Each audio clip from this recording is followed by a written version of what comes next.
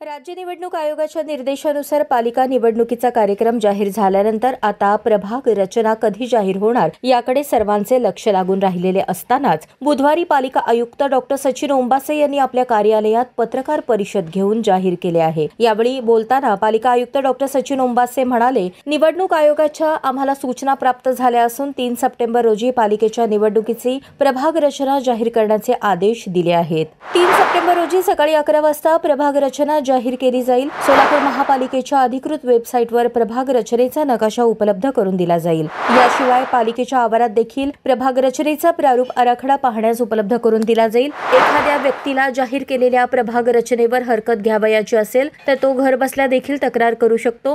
एखाद्या नागरिकास प्रारूप प्रभाग रचनेवर हरकत असेल तर ती आमच्याकडे रीतसर नोंदणी करून घेतली जाईल। त्यानंतर संबंधित तक्रार जिल्हाधिकाऱ्यांकडे वर्ग करण्यात येईल। प्रारूप प्रभाग रचनेसंदर्भात आलेल्या तक्रारींवर अंतिम निर्णय जिल्हाधिकारी आणि राज्य निवडणूक आयोगाकडे राखून ठेवण्यात आला आहे। याबाबतची अधिक माहिती देताना पालिका आयुक्त डॉक्टर सचिन ओंबासे काय म्हणाले ते पहा। डिपार्टमेंट सबमिट केले, त्याच्याकडून ते जो राज्य निवडणूक आयोग आहे त्यांच्याकडे जाईल, त्यांच्याकडून त्याला मंजुरी मिळेल आणि त्यानंतर मग आमच्याकडे पब्लिकेशन आमच्या नोटीस बोर्डवर लागेल, वेबसाईटवर लागेल आणि त्यानंतर ते आमच्याकडं आम्ही तिथं काउंटर ओपन करून घेऊ या ठिकाणी ऑब्जेक्शन त्याच्या संदर्भात रिसिव्ह करण्यासाठी।